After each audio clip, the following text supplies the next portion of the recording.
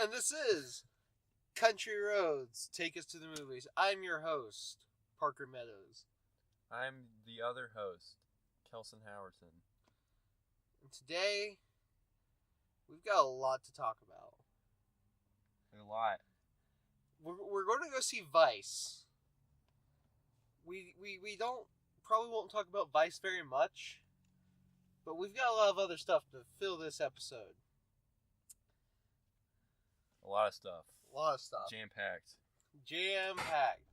Yeah, it's been over a week since we last went to see a movie. It's been like 2 weeks. Yeah, so we got 2 times the content to talk about. Okay, so on our list of things to talk about, we have... What do you want to talk about first?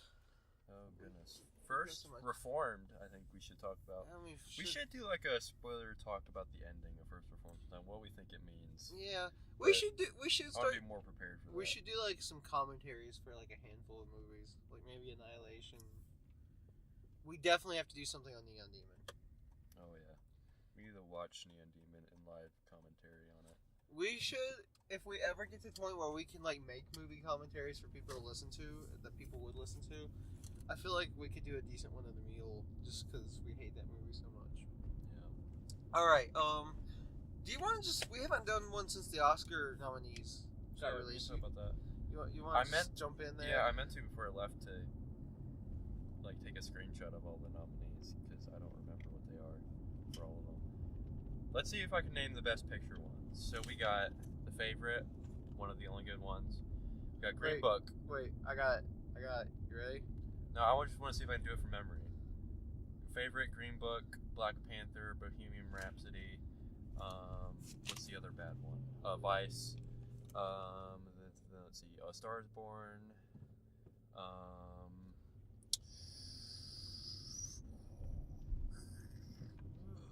forgetting one. How many were there? 8. 8. Okay, yeah, I'm forgetting 2. Let's see if I can name them all.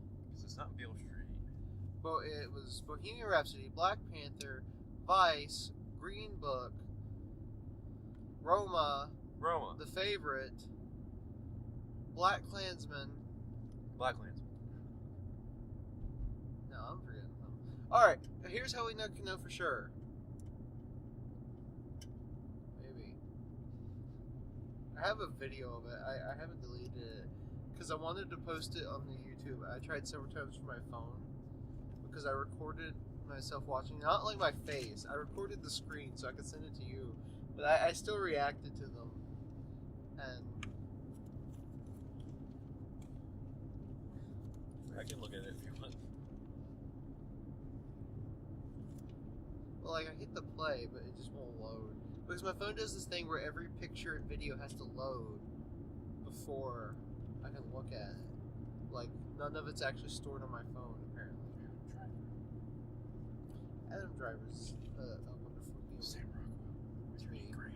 These are some good humans. Yeah. Best supporting. I don't really have an issue with the best supporting this actor. has the nominees. Or, yeah, this is the, yeah. Oh, so I guess it's a good thing about I can just look at this. Alright. Let's go through here. Breakthrough at the Oscar. Breaking Oscars. Whatever this is. We're looking at a Entertainment Weekly, their latest issue on the Oscars. Everything Oscars. Let's just go through the nominees and then... How did you get this? Do you have a subscription? I did a thing for FYE where I signed up for their thing. Because they told me you can sign up for their discount card. You have a free month trial, right? And they told me you can sign up for it, cancel it before it charges you money, and then sign up again for it the next month. That's literally what the FYE employee told me to do. She's like, where they want them to get so many sign up. She's like, we tell people to do that so they never have to pay for it. And when I did it, they insisted that I had to pick 2 magazines, and I picked Entertainment Weekly as the only magazine. Well, looking at this Entertainment Weekly for the nominees, we got Black Klansman, Bohemian Rhapsody, Green Book, Star is Born, Black Panther, The Favorite, Roma, and Vice. Of those, I would want The Favorite to win. Yeah. I wouldn't be upset if Roma won for sure. I wouldn't be too upset if A Star is Born won. I have a feeling that the main contest is between Green Book and The Favorite. What about A Star Is Born? I think if it's not those two, it's going to come between Bohemian Rhapsody and A Star Is Born. If it's Bohemian Rhapsody, I'm going to gag. Okay, let's just talk our reaction to all of those. Black Panther, they said it. I didn't want Black Panther to be nominated. I just don't feel like it's a... I understand the cultural impact, and like nobody can deny the cultural impact.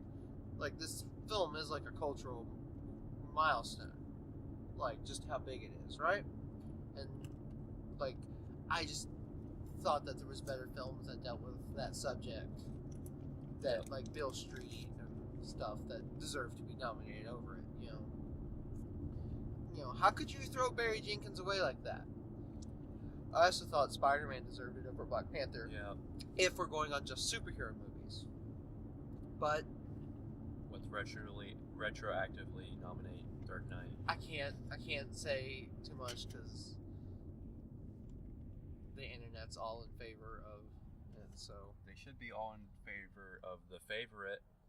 But okay, now, but Green Book and Bohemian Rhapsody and Vice, we can really go to hand on those. Which we'll see Vice. We'll see how that is. I feel like it's not going to anger us near as much as Green Book and granted we haven't seen Bohemian Rhapsody. No, neither one of us has seen Bohemian Rhapsody. I'm gonna probably watch it, like rent it from Redbox or something before it comes out for a couple $, just because that's only two I haven't seen. Those two is Vice and we're seeing Vice today. And I want you to see Bohemian Rhapsody just so we can yell at it. But like Green Book for sure, that movie is atrocious. Like. All right, if somebody asked why Green Book was bad, like why it doesn't deserve it, what do you tell them? I always say, which I don't know if this is original or if I saw someone else say this, but because the Green Book is like a bunch of old white men got together and like, all right, let's solve racism. So that's what this movie is. So it's both completely unattached from reality and the actual realities of racism, and does not at all solve racism. I mean, not that any movie would. Yeah. But it does not come close to saying anything about racism. Really. It's very safe. It's very palatable. It's very. It has no edge to it. Like, okay, Black Klansman isn't exactly a hard to digest movie. Like, it's not 12 Years a Slave, right? It's an enjoyable movie, but it's got more of a bite to it about racism. Oh, yeah. Than that. In the Heat of the Night, that won Best Picture in 1967, right? In the Heat of the Night, has got like so much more like just direct confrontational racist things. There's like a scene, because do you know about In the Heat of the Night? Not really. Okay, it's a really, really good movie. I recommend you watch it. But it's about a guy gets killed in a southern town like Mississippi or something. And like it had just got killed, so the guy goes like they could tell, like the bumbling police officers in the town could tell like it had to be somebody from out of town. So they run and they go to the train station, and there's a black man sitting there waiting. So they arrest him. He turns out to be a cop from Philadelphia, and he's like, you know, he can prove it wasn't him, and he's like, y'all motherfuckers are dumb idiots. But, like, there's a scene, because he's a black cop, and they ask him for his help in investigating, to, like, because the guy, I think, was kind of wealthy, and his widow's, like, throwing a huge fit. And there's, like, a scene where the racist white folk in town don't like him, so they all pull up with their Confederate flag bumper stickers and corner him in a warehouse with chains and stuff and try and kill him and stuff. Like, it's got way more. It's just so much better. It's also a decent, like, you know, crime thriller. Like, I heard somebody compare In the Heat of the Night to Kill a Mockingbird. I don't think that's really a fair comparison. Because, like, To Kill a Mockingbird's kind of safe, and it's, like, kind of a white person movie, right? But one, it's still got a little bit more of a bite to it than, at least to me, than this. Also, To Kill a Mockingbird came out in 1962. Yeah, so Like- it was pretty. Like, it's safe It by was before. Yeah, it's safe, but not for that time. it's safe by our standards, but at the time, like, Yeah. like that was like, whoa, Yeah. whoa. But Green Book came out in 2018, right? It's worse than The Blind Side. Everything about Green Book Yeah. is just so obvious and It's like predictable. it's like and, Green Book is the kind of movie that like, and like I say things like this a lot. I invent characters that are like, you know, subcultures and types of people, right? But like you're not you specifically, like your aunt that like they're not like rednecks, I right? think my aunt would like this. Well, One well, of them. well, but like your aunt and uncle, like your aunt, she's not like they're not a redneck family, you know. They're not like a diehard Confederate flag. We love Trump, redneck family, right? But they're kind of like middle class. Like they watch HGTV, they eat at Cracker Barrel a lot.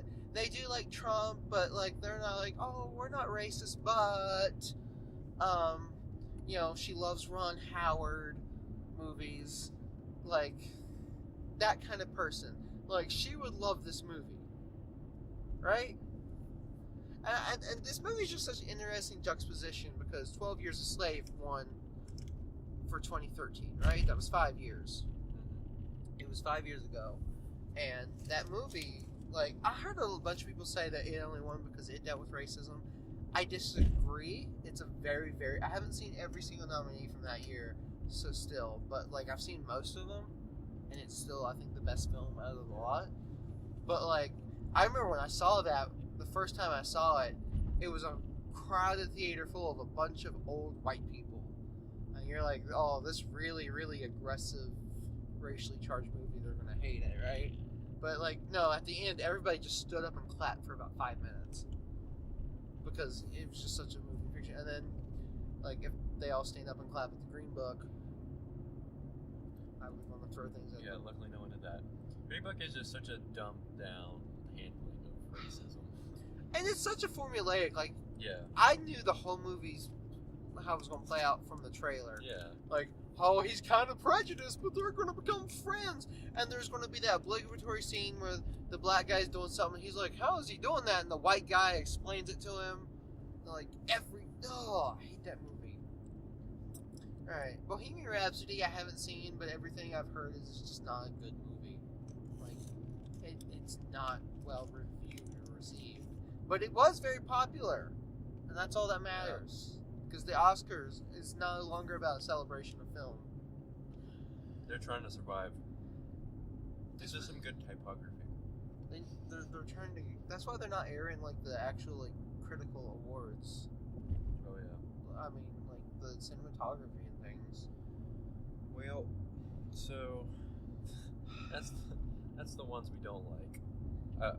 Which one would you pull for Best Picture winner? If any of them win over Beale Street, you know, if any of them win, I mean, Beale Street wasn't nominated. I don't really have I'm pulling for The Favorite, I guess. Yeah. But if The Favorite, Roma, Just anything that isn't the bad A ones. Star Is Born, or Black Klansman win, I think Black Klansman has a chance as a dark horse. Because if they give it to Black Klansman, a bunch of people can say, you all are being racist for not giving it to Black Panther. Because they're like, well, we gave it to this movie. Yeah. I don't think anyone's going to say you were racist for not. Oh man, if they gave it to The Favorite, which is an all-white cast, Yeah. I could see that being used. But it's a way better movie. It is. I mean, it's just a better film. Ooh, Roma. That's why even Roma has a better chance of winning because it's well, I know some people that sure are throwing fits saying it has to be Black Panther, and that film just got nominated to say it got nominated. Yeah, but there's a lot of stuff going on with Mexican racism in America Oh, right now. absolutely. Absolutely. So I could see that. Roma's too hot button issue, I think, because the wall. Yeah, maybe, I don't know. I think it'll definitely win stuff. Yeah, I think it'll It get better Best win Foreign sound Picture. stuff. It better win Best Foreign. Well, I mean, if it wins Best Picture, then I'm okay with it not winning Best Foreign. But I think it'll win Best Foreign, so they don't have to give it Best Picture. yeah, Do we want Alfonso might win. Though I think it'll probably be Spike Lee. I kind of, to be quite honest, I'm kind of pulling for Spike Lee in that one. You know? I wouldn't mind it. Because I think Alfonso won. Yorgos wasn't nominated, was it? Or was He it? was. He was, okay. Well, yeah, nominees.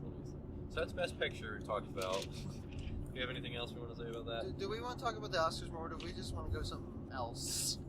Well, let's see if there's anything else interesting. Director is Alfonso, Yorgos, Adam Mckay. Actually, there is one that I want to say on Best Directors. Pavel. I saw a couple people tweet after the nominations. Not one single female director was nominated. Yeah. I do have an issue with that. Not because I want to just check a box mark off, but because there's several women that made very good films this year. Yeah. Lynn Ramsey with You Were Never Really Here. I have not seen it, but everything I've heard says Can You Forgive Me is fantastic. Yeah. So Marielle Heller and Deborah Granick, I think. I can't remember her last name. That did Leave No Trace, and Leave No Trace was phenomenal. Like the fact that not one of them got nominated over. I'm sorry, just Adam Mckay. Just because we haven't seen Vice yet, but from what I've heard, it's not the best movie as a whole, right? Yeah. So those other movies were more well received. So I think the directors deserved it better. I don't really have a problem with the Best Actress. A lot of people are saying they think Glenn Close is going to win. I hadn't hear anything about that movie. I did. I heard it. It was on the list. I'm actually pretty sure our Oscar list that I made. But I don't really have an issue with the list of Best Actress. Best Actor. A little bit. Like, everyone said Rami gave a really good performance. I don't think Vigo deserves to be on there. Oh, either. Vigo, yeah, definitely. Like, that's the thing I'm not sure about is, like, was Vigo bad? And, like, I don't know if it's the writing or the directing, like, what they do with the Vigo wasn't... I don't think Vigo was bad, but he did not deserve that. Yeah. Willem Dafoe with the only At Eternity's Gate nomination, which is sad. I'm sorry. I'm sure that movie in First Reformed didn't really campaign. I think First Reformed deserved. I think Ethan Hawke deserved the nomination over Vigo. Oh yeah, a lot of people deserve. Or did John David Washington wasn't nominated? Was he? Nope.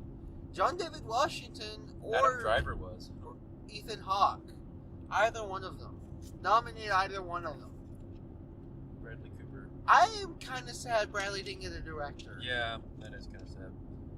I would replace over Adam McKay at least. Yeah. Couldn't they had another nominee in that? I don't think. I think that one was full. Because they were five. There's usually 5 in every category of those. Have you seen American Hustle? No. It was the Best Picture nominee for 2013. It has Bradley Cooper, Jeremy Renner, Christian Bale, Jennifer Lawrence, and Amy Adams. Let's see. I don't know who should win Best Supporting because I would want it to be Emma Stone, but she's already won an Oscar. Rachel. So she probably won't. So if Rachel Weisz or Vice won, I would be okay with that. Marina did Tavira from Roma. She was good. Yeah, I wouldn't have a problem with her. Like, what about Best Actress? Regina King from Beale Street. Olivia Colman definitely is who I want to win Best Actress. What about Best Actor? Best Actor, probably Bradley. If Willem won, I'd be really happy about that. But I don't think there's any way Willem would win. Yeah, that's like my number one choice, but I'll take Bradley. Yeah, I would really like if Bradley won. I feel like it's probably going to be Rami or Christian Bale. What about Best Supporting Actor? It'll probably be Christian Bale. Best Supporting Actor. I feel like Mahershala Ali's got this in the bag. Yeah, for sure. He definitely does. He's the first one on here. And like, he did the best he could with that movie. I would say, from what I've heard, I would say like Richard E. Grant probably is pretty deserving. Yeah, I don't think Adam Driver's got a chance. I would really like Sam Elliott to win. I don't think he has much chance. Yeah. I also like he's really good in the movie. He's just not in it much. Yeah, but he's a supporting actor. But then you have like Mahershala Ali, who's like in that movie just as much as Vigo almost. So it's just like there's not as much room there for him to do such a great performance. Which he does. I mean, he did a really great performance. It's just there's not as much of it as there are. I love his reaction when he got nominated. He just said it's about fucking time. Yeah. And that's all of the. Those are the only categories they have. Okay. We have the other ones. That's the Oscars. We're just gonna move on. Yeah, because I feel like we really don't know what's gonna. I feel like when have they had the thing yet where you vote for like what you think is gonna win? Yeah. Well, whenever we do that, I feel like this year we're gonna get a lot of things wrong. I feel like this is gonna. Last year was I had a lot right. Last year felt like such a good year. Like I watched the Phantom Thread trailer a few days ago, and I started thinking about just like because we saw a lot of those trailers. At least I did over and over again. Yeah. And just like it just seemed like such a good year. It was. And I feel like this year it's gonna be who knows what's gonna happen in these. That's why I really want to watch it, especially with no host and like everything. Yeah. Okay. Do you want to talk about Sorry to Bother You or The Master next? I think, maybe do Sorry to Bother You first. Yeah. So there was 3 movies Parker told me to watch in preparation, or. It was like you watch Sorry to Bother You, you're like, oh man, you need to watch this movie, so we talk about it. And then you watch Hereditary and Leave No Trace. Leave No Trace, and you're like, oh yeah, those what you definitely the one. So I watched them in order still, but I still. Well, I was trying to do it because like those I'm trying to finish up like the big movies of 2018, and like those are 3 of them. So see, I watched Sorry to Bother You, and then I watched a bunch of Black Mirror, which we might talk about later too. Yeah. Because I didn't like have enough time to like just watch like a whole thing. So I wanted to watch smaller stuff. So I watched Sorry to Bother You in 2 sittings, and then I watched Black Mirror episodes in mostly 1 sitting. See, I woke up early for a couple of days and watched movies. So I watched Hereditary like 8 o'clock in the morning, and I watched, and then Hereditary did something I don't usually do. Like I always mean, like you usually listen to a bunch of interviews and stuff after you watch a movie. Like, yeah. I don't do that. I always mean to. I just don't. But I went to work, and where I work, I can kind of like put my phone off to the side and still listen to it. And I've got like Bluetooth headphones. I listened to a bunch of interviews for Hereditary, like the director talking about it. So I'm actually very well versed in that movie, just because there's one. If there's one actress I would switch out, I would put Toni Collette in there, because like, okay, yeah, it's a horror movie, but it's a really good horror movie, and everybody does a really good job. Like if I had to pick a different best supporting actor, oh crap, Nicholas Hoult. Actually, yeah, kind of. It would be. I would have to flip a coin between Nicholas Hoult and the guy in Hereditary, the guy that plays the dad. I can picture him. I just can't remember his name. Because he does a really good job. The son's good in it too, and I didn't know he's one of the Naked Brothers from the Naked Brothers band. Like, wow. At first I was like, he looks like the love child of like Timothy Chalamet and who was the other person I was thinking he looked like? But then I looked up, he's one of the Naked Brothers. I was like, oh, okay. So yeah, because I wanted to. I didn't watch Leave No Trace, even though that's like one of the movies I want to watch the most, because like I wanted to wait until I had like the full time. Yeah, yeah. It and Hereditary both really need to be seen in 1 sitting to get like the full. I ended up watching Hated in the Nation Black Mirror episode in 1 sitting, which I wasn't planning on it. It's 90 minutes. Yeah. It's a good one though. It's a very good one. And then I got home from work last night, and then it's like, I want to watch something. Like I was wanting to watch more Black Mirror, but I was like, I don't feel like starting on this sci-fi episode on the last season. Like I'm not feeling this, and I've heard everyone say the last season of Black Mirror isn't as good. So it's like, oh yeah, The Master's on there, so I just started watching that, and then I finished it this morning. I also watched The Master this morning, which I didn't know you were watching it. I just woke up and started it. Yeah, I was gonna tell you after I finished it, but then you're like, hey, I'm watching The Master. I'm like, hey, that's a. But sorry to bother you. Let's just dive into this. Like overall, we're gonna break it apart, but like just overall, I liked it. I'm not super crazy about it. Okay. I liked it. I have a thing about this movie. I guess it's around the first half, maybe a little over half. I fucking loved. Like I was sitting there like 100%. This should have gotten Best Picture over Black Panther, Bohemian Rhapsody, Green Book, and Vice. Like, it was just, I was like, this is so great. Until it goes, like, really... Yeah, it's kind of two movies. You know where, and you know, and anyone that's seen it probably knows what I'm talking about. And I was like, okay, this is a bit much. But, like... I mean, as soon as he becomes, like, a power color, well, that's a little bit of a spoiler, too. But as soon as that happens, I feel like it's a different movie. See, I was still okay with that. Because, like, to me, it was still, like, going on the same thing. I was Yeah, I still liked it. It just, from there, It that was- went on. It was, I'm just going to... It is very Atlanta-y, too, with, like, all the surreal stuff and the commentary. Alright, spoiler alert, if sorry to bother you. There's horse people. You get to see big old horse man cocks. Equisapiens. Like, they're literally turning people into, like, human horse hybrids. Work And- horses. When that part came in, I was like, okay, that's really... Like, it was crazy, and it was stuff, but it wasn't that crazy up to that point, right? Yeah. And I was like, it just lost me there. Well, like, the rap scene, Yeah. I was laughing funny. hysterically. And I was like, that's brilliant, because look at the crowd, right? Yeah. It was a bunch of stupid, young, partying white people that, you know, and we all know the kind, and, like, they play a lot of rap music, they have no understanding of anything about that, right? So, like, what he was saying Yeah. was perfect, because that's how they view rap music. It was like, That's what Army Hammer was basically like, hey, talk about some hood shit. yeah, and and so then- he just started saying the N-word shit over and over. That's all he was saying, and they were just all down with it. I was like, that is... Except Army Hammer, which Yeah. is kind of like Army Hammer's character in that movie too. He's so good. You think Armie Hammer should be the new Batman? I think Army Hammer should be most things. I don't want him to be Batman. I want He's him too to be good my for- dad. Armie Hammer's too good to be Batman. Later. Army Hammer's great, but yeah, his character in that is just crazy. And I kind of wish there was more of him too, because I love the stuff they did with him when he's saying this, talking about these like awful plans, and he's like, "This is rational." It's like, wait, this isn't crazy. Like, this isn't evil. I'm not evil. Yeah. This is rational. This makes sense. This is gonna make us more money. Yeah. And like, I kind of wish they did a little more of that. It's not really. I mean, it's got racial things peppered in there, but the main bulk of the movie isn't as commentary on race in America. It's commentary on capitalism. Yeah.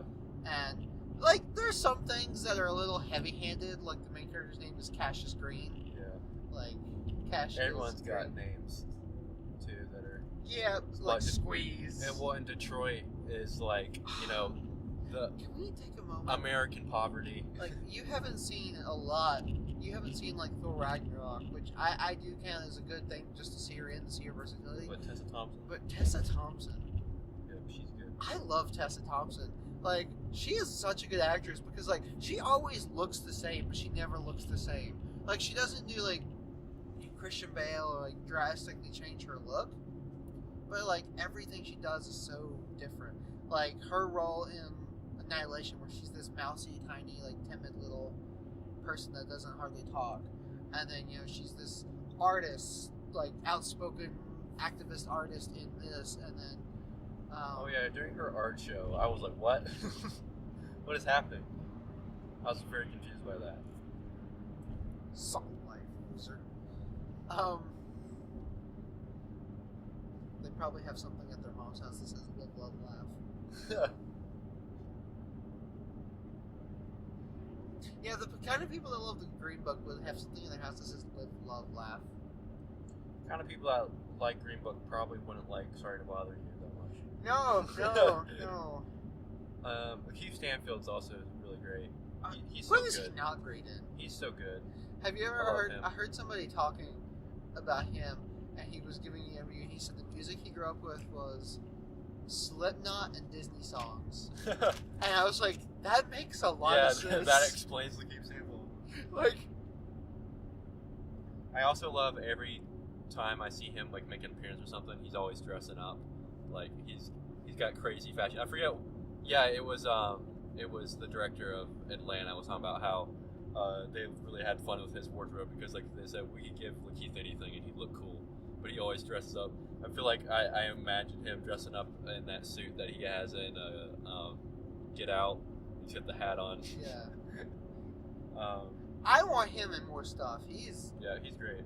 He's a He and delight. Brian Tyree Henry are blowing up this year. They're going to be in big stuff. I am down for that. Apparently he's really good. Brian Tyree Henry's really good in Beale Street too. Yeah, I mean, what is he not good at? Like, Yeah, he's just a really commanding actor. He was even good in White Boy Rick. Let's overlook that He one. was good in that. It's not his fault. He's trying to get roles. I don't blame the guy. He's working. Hey, I mean, I feel like everyone that got involved in that movie didn't think it was going to be bad. Like, no, they thought they were making an Oscar movie. yeah. They were just making the most forgettable movie I've seen in a long while. Except for maybe Happy Feet. No, I still remember Happy Feet. From the director of Mad Max Fury Road and Mad Max and the other Mad Max and the other Mad Max. Fury Road was so good. I want to watch that movie. Yeah, I saw you share that trailer today, and then I was like, I watched it, and I was like, oh yeah, Nicholas Hoult was in that.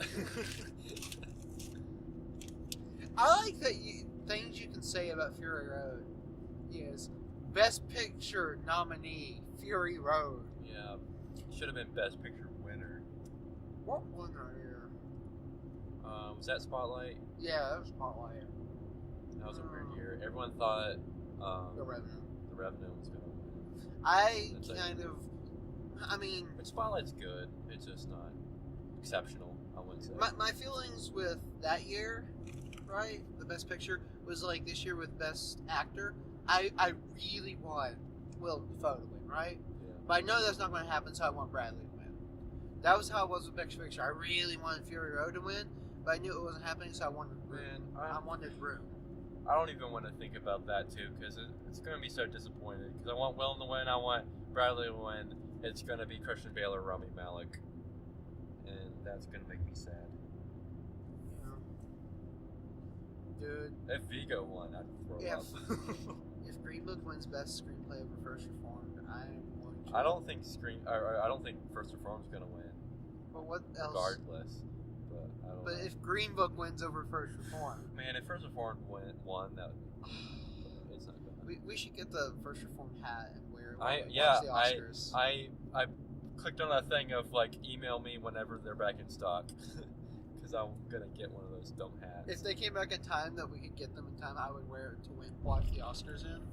I'm gonna wear it all the time when I get one. Have you listened to the score yet? Not really. The music's not super memorable. It's really moody. It's pretty good to listen when you're riding around. There's not a lot of music in it. No, but it's really good. It's a very quiet movie. It's very good night driving music. We should watch Paul Schrader's other movie, that one with Nicolas Cage, where he's got dementia. We'll not think about that one. I looked into Paul Schrader's directorial filmography, and there's a lot of direct-to-video movies there with Nicolas Cage. One had Willem Dafoe though. Yeah, it's kind of confusing. Yeah.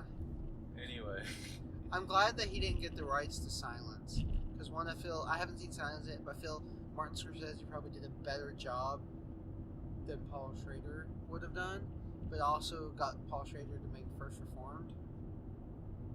Like, I just love that movie so much. Silence didn't get like any nominations. What? No, it was overlooked. That's kind of crazy. Because it's Adam Driver. What's his face? He's in BoJack. Garfield. Yeah, Andrew Garfield. And Liam Neeson. Yeah. I've heard. Yeah. I would imagine one of them probably was and deserving. Martin Scorsese directing. Yeah, and the writing probably all deserving of. I heard that it's really, really because we both like this movie, but I think you like it a little bit more. I heard it's really good paired with Apocalypse Now. Like it's a similar kind of story and stuff. And like because they go to get him back, but I think he's completely changed. Yeah, like he had abandoned the church and all that. Yeah, and it's like this big epic like Apocalypse Now. Apocalypse Now, I actually really like that movie. A lot of people are starting to turn on it. Heart of Darkness is just a good story to adapt. Have you ever seen? Oh, when we get where we're going, I'll show you a picture. But the writer John Milius, No. he looks exactly. Apparently, the Coen's based John Goodman's character in The Big Lebowski off him. I was like, huh. And I looked up a picture of him, and I was like, holy shit. He looks exactly like John. Wow. Like, I'm not sure if he's a real person, and this isn't just like an elaborate joke, like a Sacha Baron Cohen thing. Well, and he's in Vietnam too. He keeps talking about Nam. Yeah, but Walter never went to Vietnam.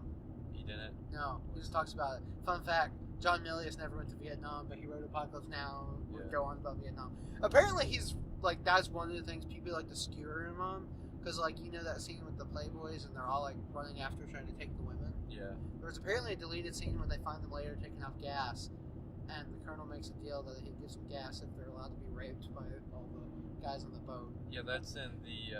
Rita. Yeah. And got cut out, which thank God that'd be horribly uncomfortable. But apparently, John Milius, when he wrote that scene, he said that just seems so logical and natural to me. Like, you know, these women there, and there were so many guys, they could just take them, and they would want to take them. I heard an interview of him saying that, and the interviewer asked, "Well, did that happen?" You know, John Milius says, "Like, no, I haven't seen any cases of that." And all the guys I know that over there said they were just so happy to see somebody from home that they didn't think about taking them, but that desire had to have been there. That was his words.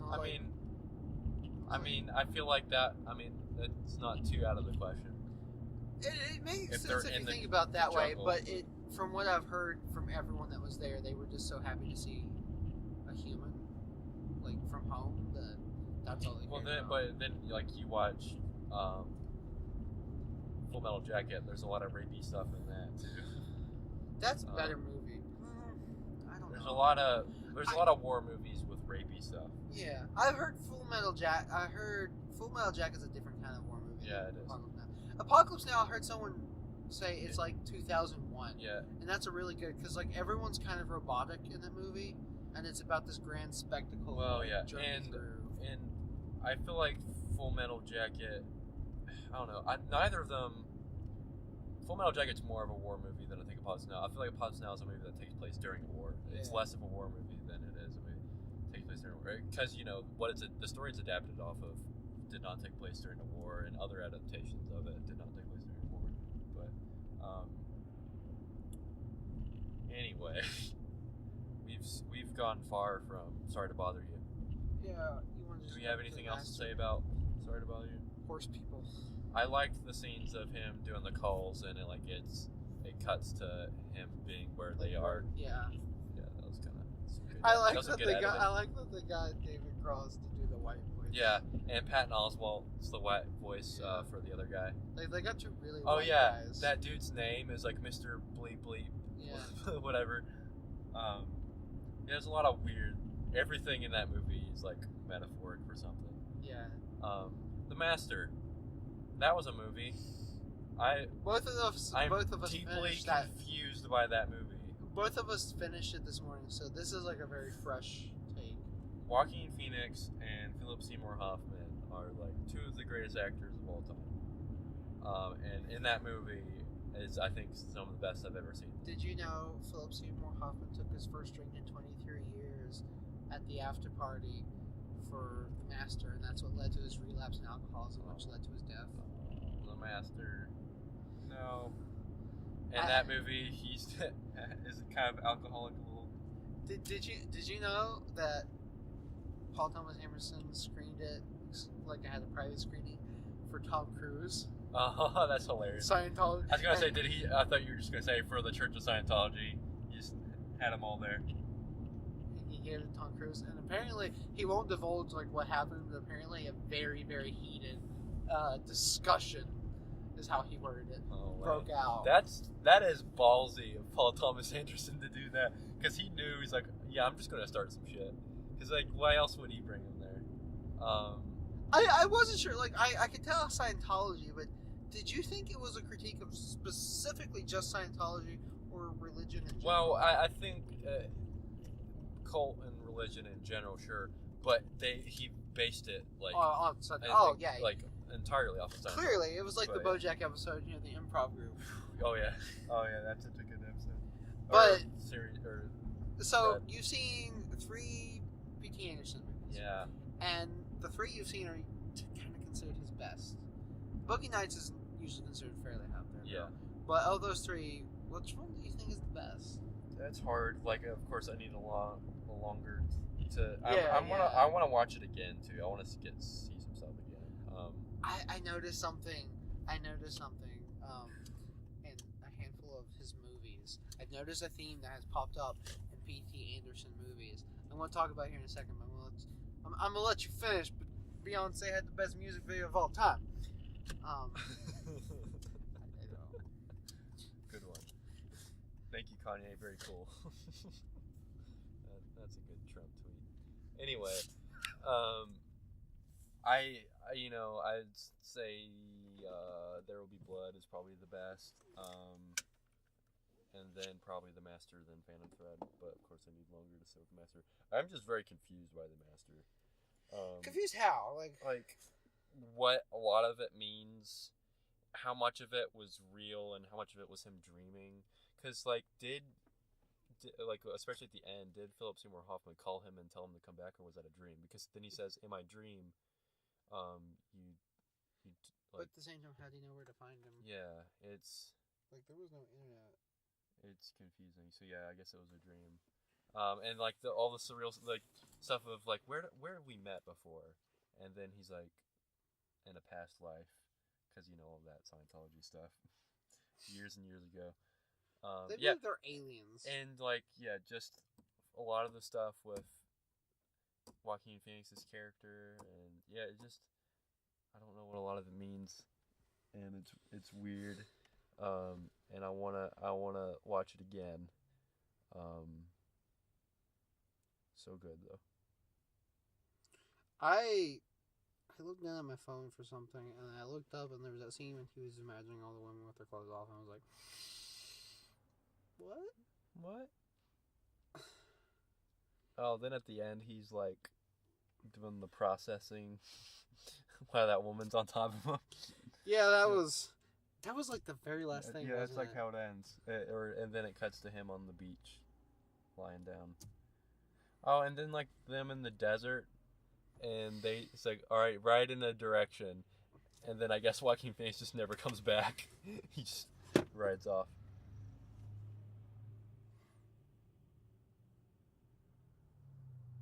Oh, so we're especially early. Yeah, in the running joke of me getting times wrong, I thought it was 4 o'clock, but it's 4:30. I meant to check it today too. Well, at least it's not 2 hours. Well, yeah, we got an hour. We got plenty of time to go in the Master now. Yeah. Yeah, I think there was a mix, because I think, the reason, him drinking, whatever it jug is. juice. It's called jug juice. Is that an actual thing?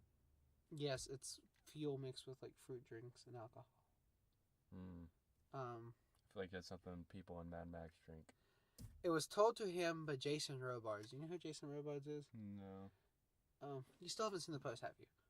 No. Okay, Tom Hanks' character in The Post is the person he plays in real life, was played by Jason Robards in All the President's Men.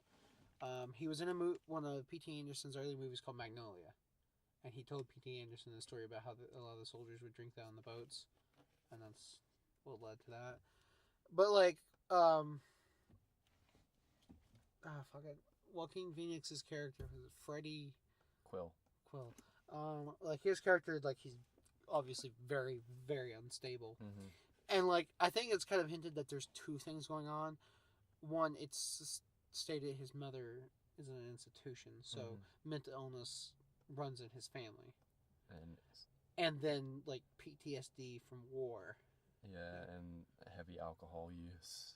Well, that was probably brought about by the mental illness. Yeah, and the PTSD. it seems, and then also him having an incestuous relationship. Oh yeah. That's just kind of his whole family seems messed up. They just kind of throw that in there, and but the thing about that, I didn't know was it consensual, or did he rape his aunt?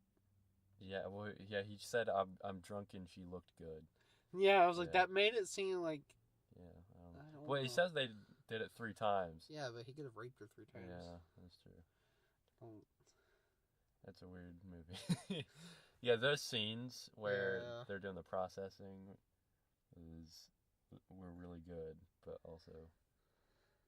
Did you know that movie was nominated for Best Actor, Supporting Actor, and Actress, but not Best Picture? Did any of them win? No. Well, that's dumb. I mean, I don't know who their competition was, but I don't think Philip Seymour Hoffman may have won. I can't remember. I can find out. He's been in so much. He did win. I know he won one Oscar. I think he won for Capote. Yeah, I think that was his one he won. That's supposed to be really good. Yeah. It's on Amazon, I think. Yeah, there's 2. And that trend that every few years 2 movies that are the same come out. Mm-hmm. Jobs. There was Capote and one called Infamous. And they were both about Truman Capote. Like at the same time period. Only Capote's the one that's considered really good. There's the Ashton Kutcher Steve Jobs movie, and then the Michael Fassbender Steve Jobs movie. Only one of those is a lot better. One got nominated for Best Picture, one got like a Razzie. No one talked about anymore. It got like a Razzie. You had The Prestige and The Illusionist, No Strings Attached, and Friends with Benefits. Oh yeah, The Prestige and The Illusionist. That's a funny one. Poor Ed Norton. It got Best Supporting Actress, not Best Actress. Nobody won. That's all nominees. Yeah, Amy Adams. Man, there's a lot of people in that movie too. Yeah. There's Rami Malek. There's a dude. He's in that sci-fi episode of Black Mirror. He's also in season 2 of Fargo. And then one of the other guys in the group is in season 1 of Fargo. He's also in the Pacific. There's Amy Adams. There's what's her face, Laura Dern. There's a lot of people in that movie. But yeah, Amy Adams was really, really good. Yeah, that scene in the bathroom. Oh yeah. I didn't know what was happening for a while. Like she was. I didn't notice it at first too. Because I was focusing on what she was saying. Yeah. And like. Because they're talking about him maybe having an affair or something.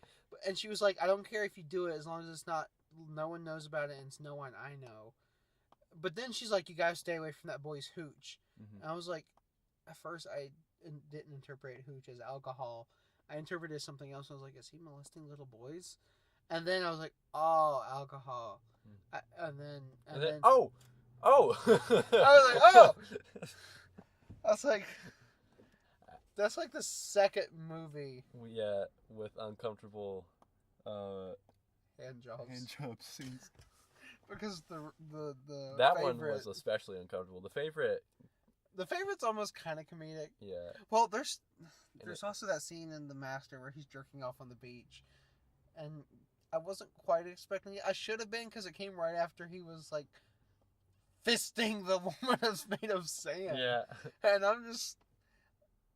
Yeah, and everyone's laughing at first, and then they stop. They're like, "Oh yeah." Okay. Well, everyone on the island, it's kind of implied, is mentally ill because they were all like they left him on this island until they knew what to do with them. Stuff. Yeah. Apparently, I was looking up the Rorschach test he's given. It's huge violation because this guy skipped from card 1 to card 5. And that's Nerdwriter has a video on the processing scene. Oh yeah, I forgot he's got one.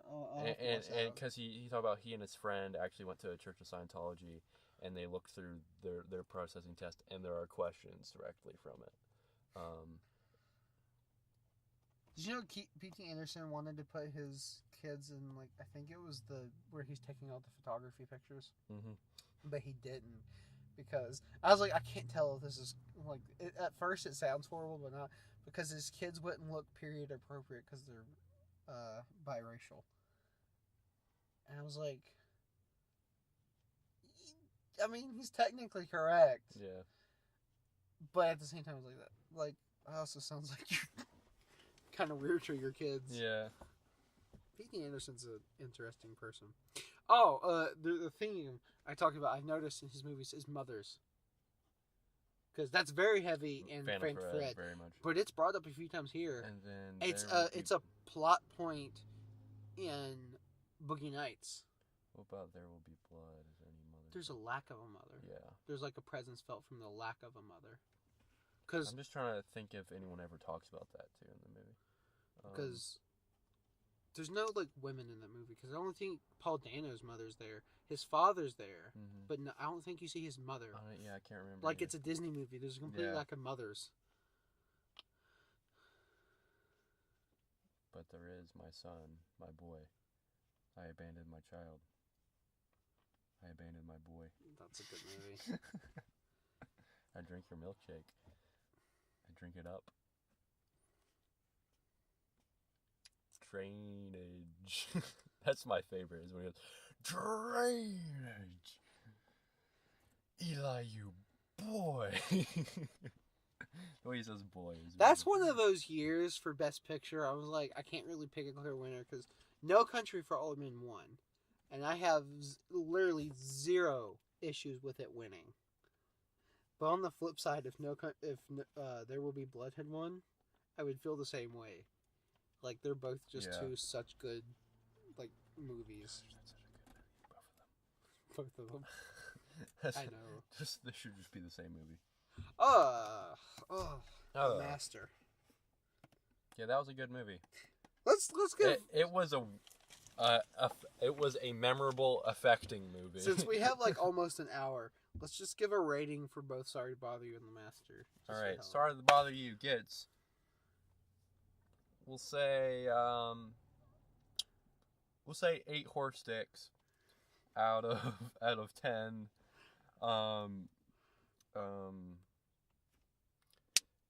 White voices. All right, Sorry to Bother You gets 3.5 hand bikinis out of 5 eye patches. The Master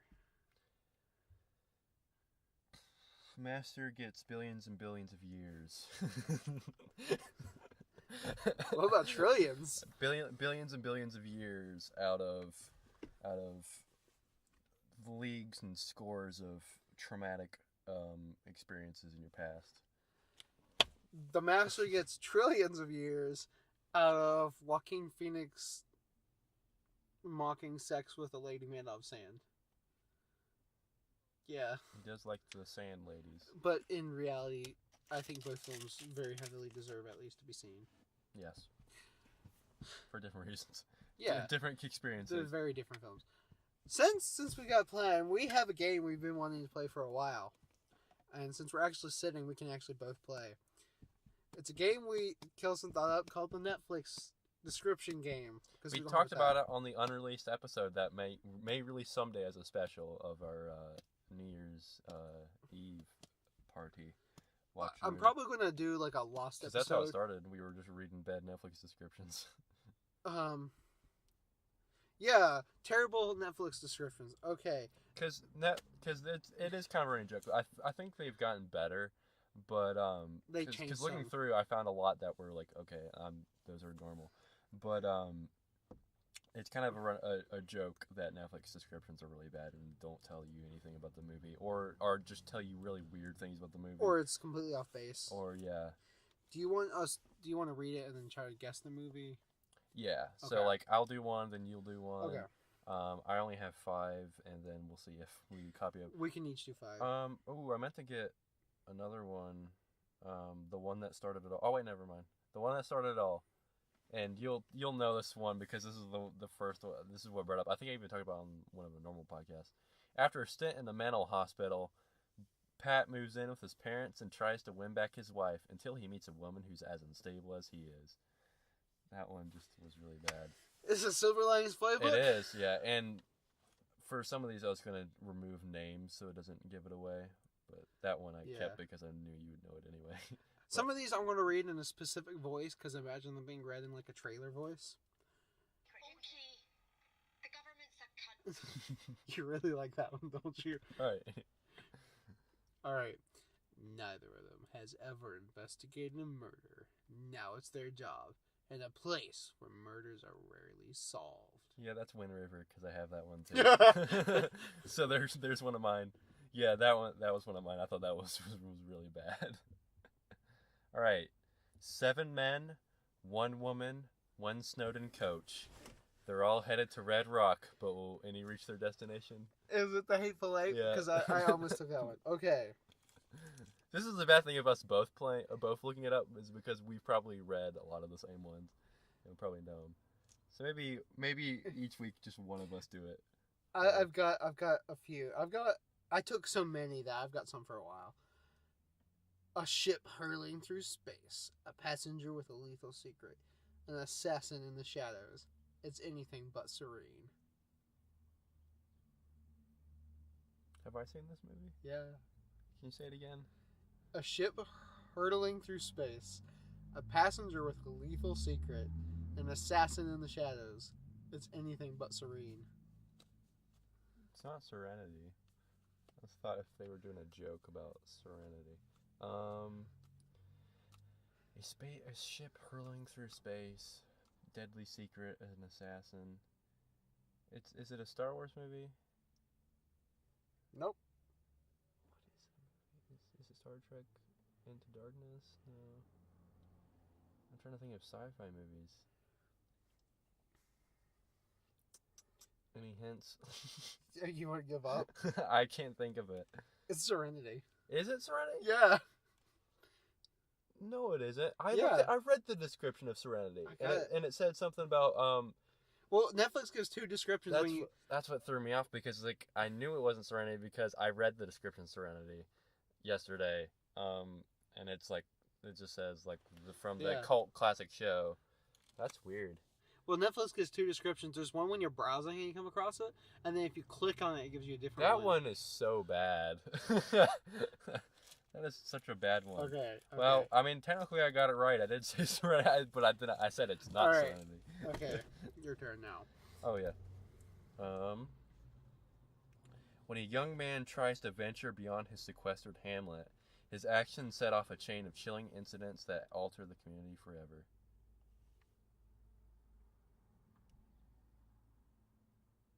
I don't know. It's, I can tell you it relates to The Master, and it has the same actor in it. Is it The Village? It is The Village. Alright. Okay, I got one that's relevant to today's episode. They rule our ravaged future. Glistening death machines fit for a nightmare. But a rebel force grows. Rogue One? Nope. Rebel force grows. And it relates to this episode. Say it again. They rule our ravaged future. Glistening death machines fit for a nightmare. But a rebel force grows. Ellipsis. Is it Terminator Salvation? Yeah. Yeah. I picked it because Christian Bale. Alright, I guess we can each do one more and then we'll gotta save some.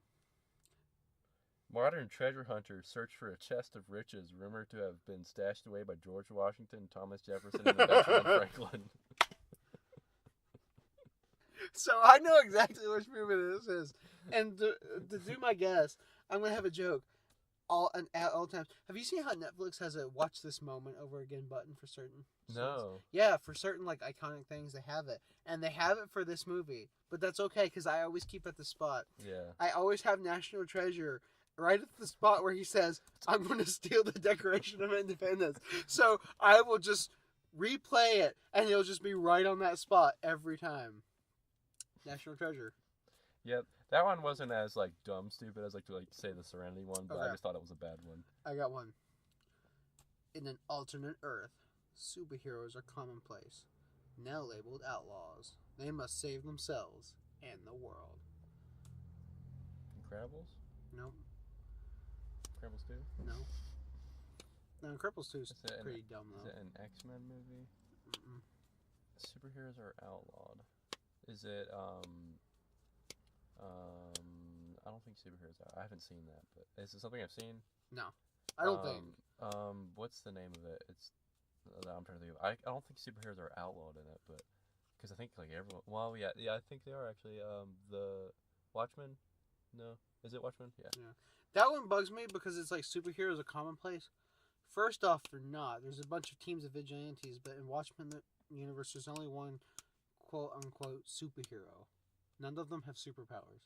Oh, so you just, Except for Doc Manhattan, the blue guy. yeah, He's the only one. The rest are just people in costumes. like Batman. Yeah. Bad Netflix subscriptions.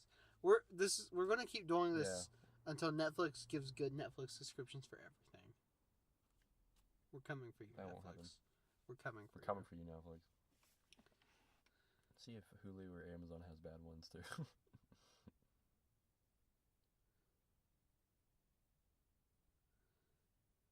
Wind River is probably the worst one I have. Oh wait, no, never mind. I thought I had another one, but no, it was the same one. Oh, here's something we talk about. I don't like doing news segments, like movie news segments, but I don't mind talking about it, like when it comes up, like, hey, did you hear about this?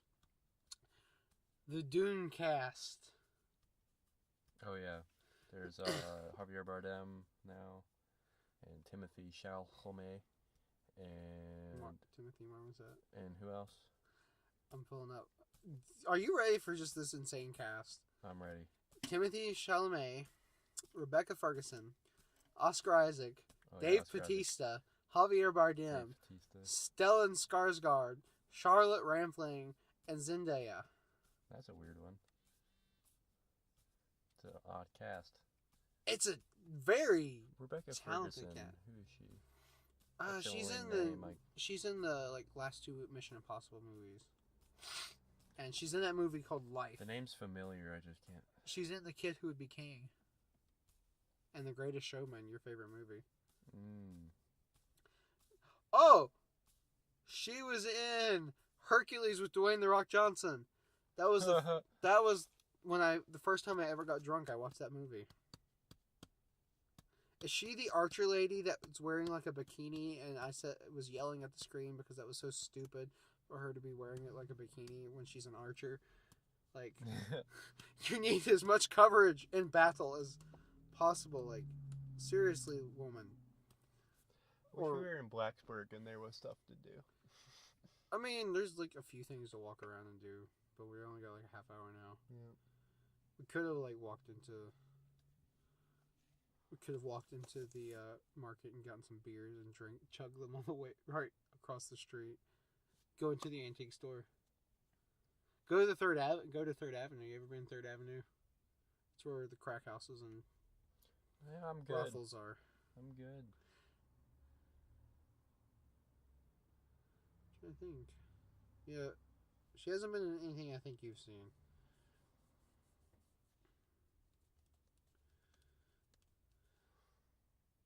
You know what Hint needs? It needs a vape store.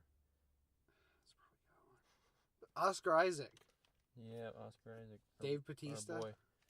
Just getting Dave Bautista to do his character from Blade Runner again. No. The character he's playing is like... It's going to be a good role for Dave Bautista. That movie's going to be insane. There's a new trailer for Us. We should just watch it. Did you see the Fast and Furious spin-off? Where it's just straight up superheroes in it now.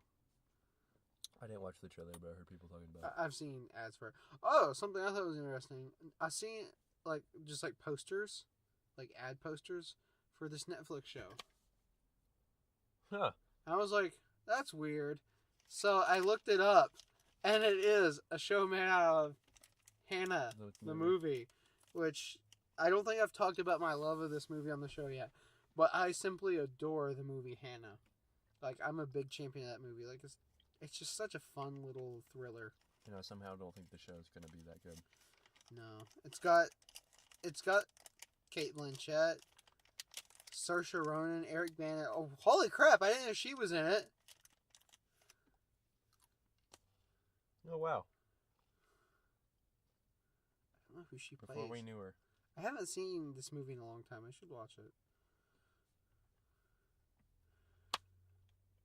Yeah. Vicky Creeps from Phantom Thread. Yeah. I hope it's Creeps, right? I don't want to call her a creep. She's not a creep.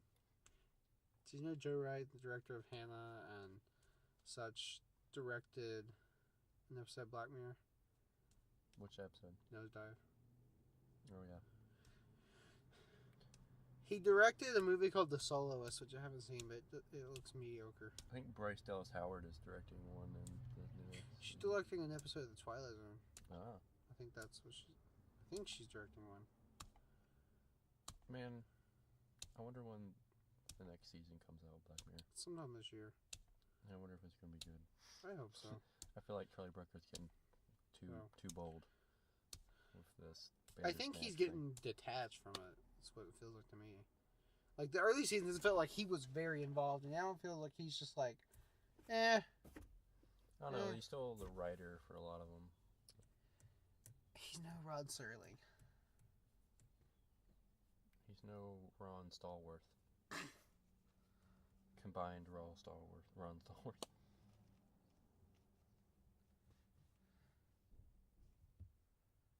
It's hot for once. It's been cold. It's been Very cold. compared to our last movie. Yeah, the last movie we couldn't talk for the first like 10 minutes of the beginning because we were like frozen still. Because where we park in a parking garage at one of the theaters in Blacksburg, it's like right off the street, and there's usually not street parking. So we'll park in a parking garage, and it's a little bit of a walk, which usually isn't bad. But it was like -10, and we had to walk there. And there was wind. Yeah. And it was bad. It was pretty cold. You didn't even have like a hat or a hood or something. I thought you were gonna blow away. Almost did. And Kelson doesn't have a lot of body fat, so It was like that. Was it Monday or Tuesday last week? Walking around Concord campus, and like the wind started blowing really heavy, and I was just like, I'm gonna die. Oh, okay. Something to talk about. Something. Well, before you get to that, now have a word from our sponsor, Vita Coco Coconut Water. It's never from concentrate. It's nutrient rich with electrolytes. It replenishes those lost electrolytes you've lost while doing all them athletics that you do. It recharges with vital nutrients and hydrates with the goodness of coconuts. Your feel good fuel for smoothie time and afternoon boost or post workout. If this was good enough for Tom Hanks to drink and survive for years in the movie Castaway, it's good enough for you. Coconut water. We're not actually sponsored by coconut water. I wish we were. Just FYI. If we ever get to the point where we can't get sponsors, we should try really hard to get a coconut water. I wasn't even gonna. I went into Sheetz to get candy, and I wasn't even gonna get a drink, but I saw coconut water, and I was like, I have to do it for the joke. Because this is now 2 podcasts. How are you like? Sponsored by coconut water. How are you liking Sheetz food now? Yeah, I'm on that Sheetz life now. I didn't get any last week.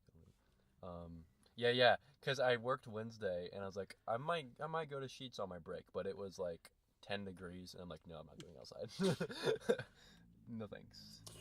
Although we did that night, night it was so cold, but at that point I was already like okay with the cold. I was like, I'm already here for this. This might as well happen. All right, so we've come up with an idea for years. There's a handful of several like really big pop culture movies I've never seen. And I just been like, I went so long without saying I'll just never see them. And I got the idea. I got a lot of it because I'm listening to a podcast called Unspooled, and they're like watching their way through the AFI Top 100. And they haven't seen like some of them, and that's a lot of like pop culture movies. So I got the idea because there's several you haven't seen. A lot.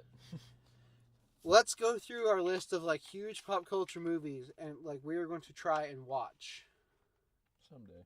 a bunch of them. Well, we're not gonna like marathon them or turn the podcast, but like say like one of the theaters we does flashback cinema year round, and so like if there's one there and we don't have anything else we want to see, we'll go see that. Or like there's a bunch of like anniversary releases this year, we might go see some of those.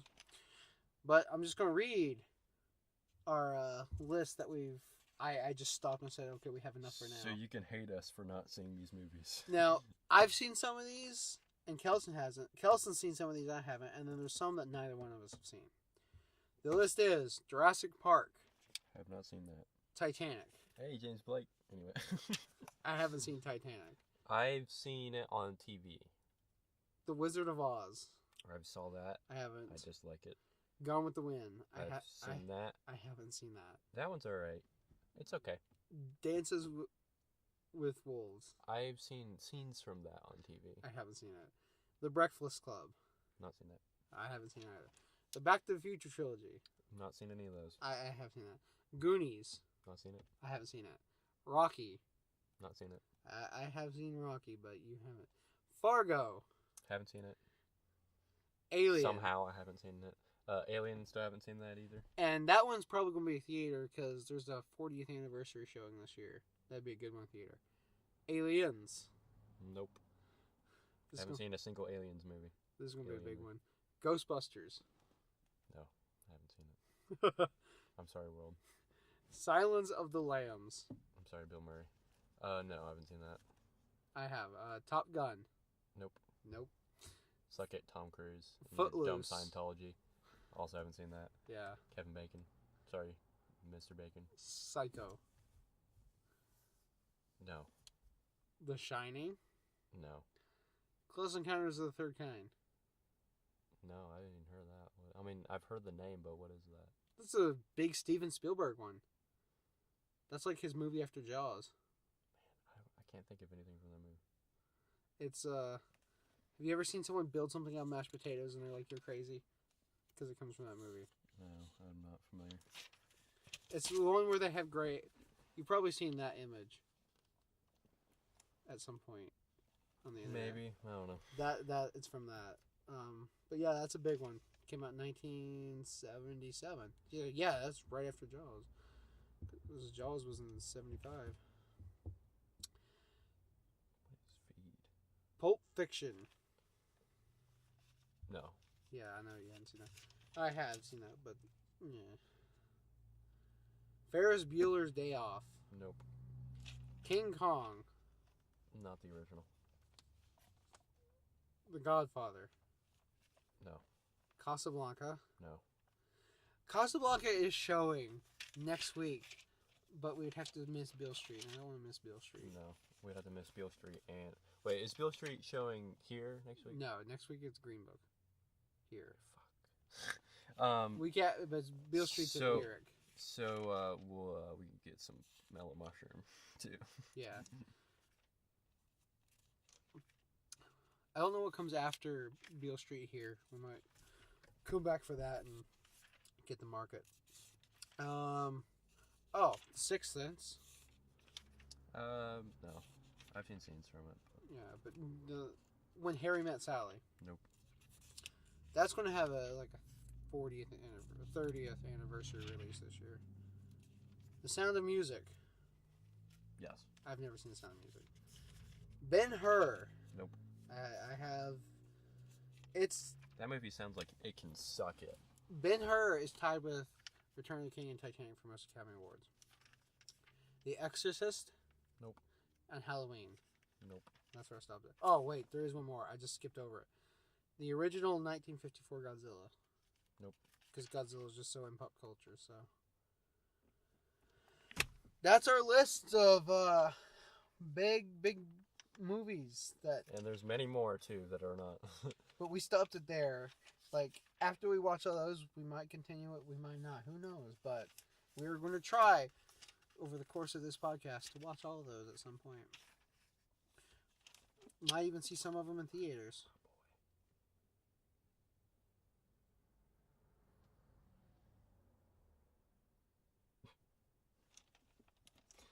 That of the oft-repeated sad boy. Kelson's reading Entertainment Weekly. I could be in this. I'm going to submit to Entertainment Weekly. You could write for I Entertainment could Weekly. freelance. But, like, let's be real here. You could write for them. Yeah, you tell him, James. James Blake yelling at people that call his music sad boy music. He's like, what, men can't be emotional? What, you dang toxic masculinity promoting scum lizards? Those were his actual words. No, I'm just kidding. That was the Kelson original. Man, who thought this podcast would be this long? Because we still got half an hour.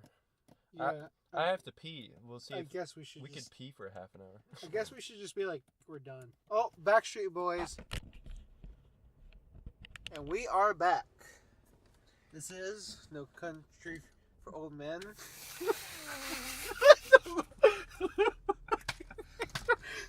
No Country for Old Movies? I don't know. That was... I do want to say that our title, or the name of this podcast, It's horrible. is very problematic for us if moving forward. Yeah, because, like... I mean, not to mention, I'm not even talking about, like, maybe copyright problems with Take Me Home, Take Me Home Country Roads, whatever.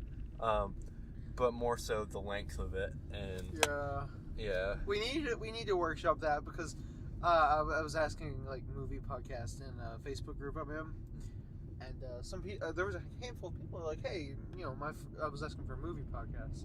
A couple of people were like, hey, my friend and I do podcasts. And I was like, yes, I will definitely listen to your podcast because I like this for, you know, smaller people. I was like, because my friend and I are doing a movie podcast. And I had one guy who was like, oh yeah, what's yours called? And I was like, oh, I typed it out. I was like, that's bad. Nobody wants to see that.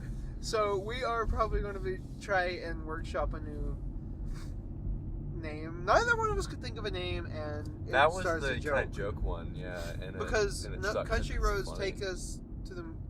Take Us Home was a meme at the time because it's Fallout 76. And you know we are in West Virginia. But we should probably think of a better name. We'll have to workshop that. Anyways, we are back. We saw Vice. No Country for Best Picture nominee, Best Actor, Best Supporting Actor, Best Editing, Best Director. And I want to talk about each and every one of those in the context, in addition to reviewing this movie. Okay. First thing I want to say, this whole movie was like the ending of Black Klansman. In a way. The editing of it, kind of. Black Klansman, through most of this movie, to me at least, it was like wink, wink, wink, wink, wink, wink. Like in the shot of the 80s, it showed a really quick picture of Donald Trump. There was a quick thing about Hillary, which I thought that was more, not even really. I think that was like say, hey, see, Hillary's not that great because she was, you know, for the lead up to Iraq. And it did have a quick thing of Pence. But there is one scene at the very end which is very... We'll get to that. Because I'm curious how you feel about that. This movie had everybody in it, too. Yeah, a lot of people. It had, you know, Tyler Perry was in it. I didn't know he was in it. Steve Carell, Allison Pill. Alfred Molina for a second. Yeah, Alfred Molina. That was the weird one. I didn't know what was happening at first. And at first, it took me even longer to realize what the scene was doing. Because I became distracted by Alfred Molina. Yeah. Okay, there's one thing I want to talk about before we get to, like, Best Actor and all that. Best Editing.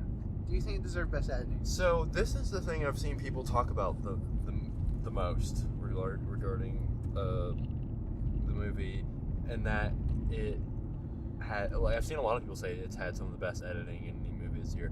I think it works really well some of the time. I think it's a little much a lot of the time. And like one part in particular, I was like looking at my phone and I was like, all right, let's get this going with the heart transplant montage of cutting between a million things. And that just went on so long. I mean, I figured you probably do, but you got what they were doing with the heart transplant, right? Well, what do you mean? They was doing a lot of things. No, the thematic thing you were saying. It had a message. That he's now heartless. It was showing all the things he's done while he has no heart, like why he physically has no heart, implying all the heartless things he's done. Yeah. You know, like screwing over his own daughter in a way, you know, making Colin Powell. Yeah. But yeah, I thought that was, and yeah, there's a lot of other montages, but yeah, I liked it. I have to say, I give this movie credit for it tries. It tries a lot. And honestly, I think more often than not, it's successful. Yeah. Like I personally actually agree with it getting best editing, and I thought it was good. Yeah, and The a lot of editing. people pointed to the conversation between him and George Bush, the fly fishing thing.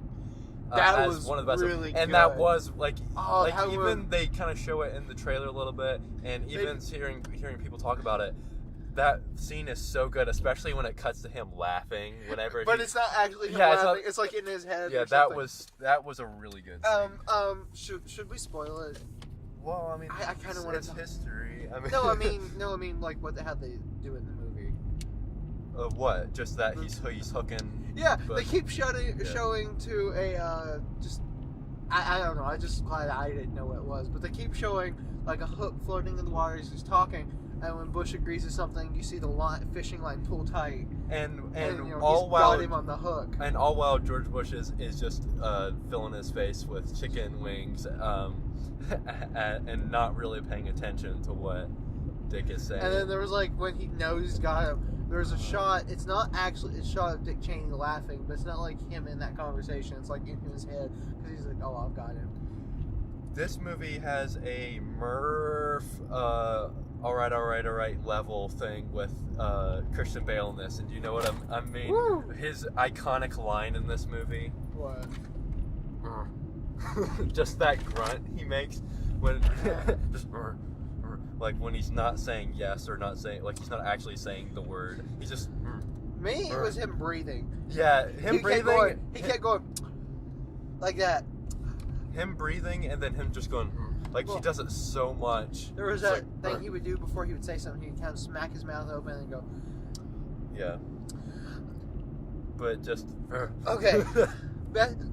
Best editing, because I was thinking about the editing of the whole movie. They got that out of the way. Best actor. Christian Bale definitely disappeared into that character. Do you think he deserved his award? I don't know. Like He gave. I- I'm conflicted because, like, I want someone like Ethan Hawke to get an award, Yeah. or John David Washington.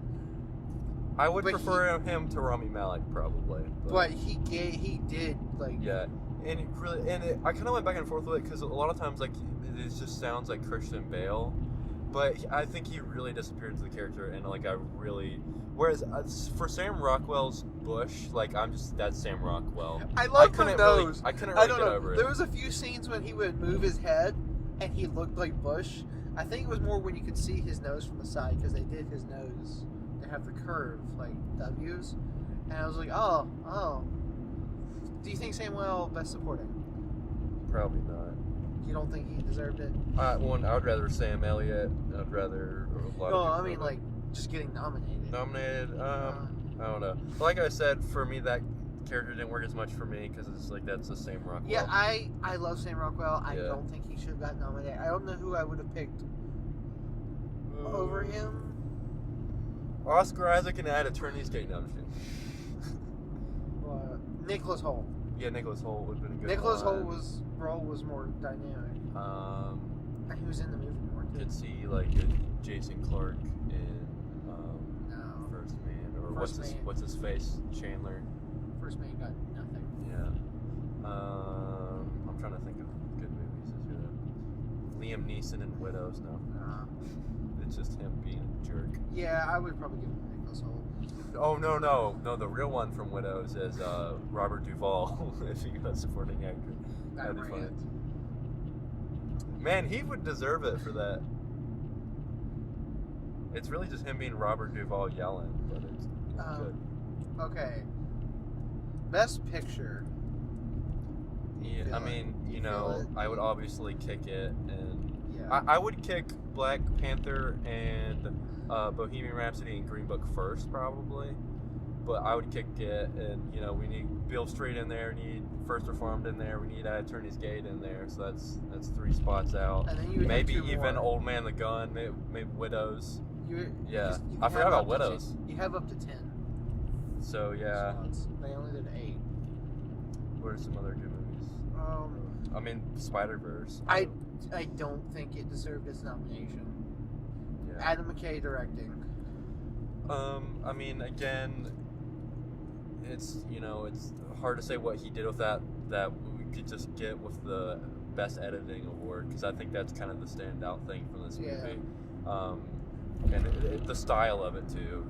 But again, like, you probably just knock that out with best editing. And that bush scene was really good. Well, and yeah, and something that isn't just with editing, but the style of the movie is how much symbolic stuff and how much like things throughout the movie that are used to represent something. The narration.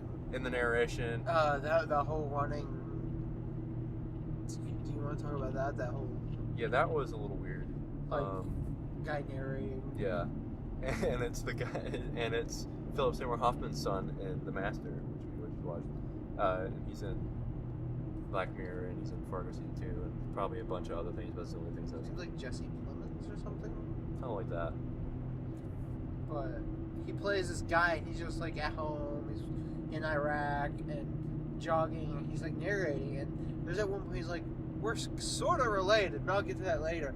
And he's narrating all the stuff Cheney does, and how they're sort of related is he gets hit by a van, and his heart's the one that Dick Cheney gets in a transplant.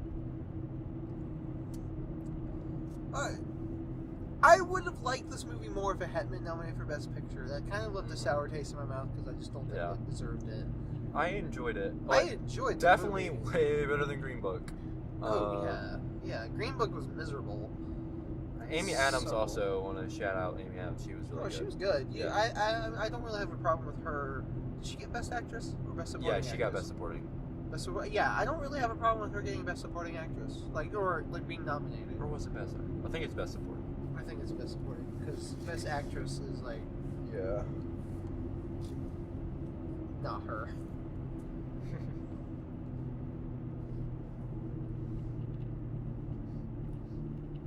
Sam Elliott, Sam Rockwell, a lot of Sams. And now it's time for our 15 seconds of silence. Best? Okay. Yeah, Best Supporting.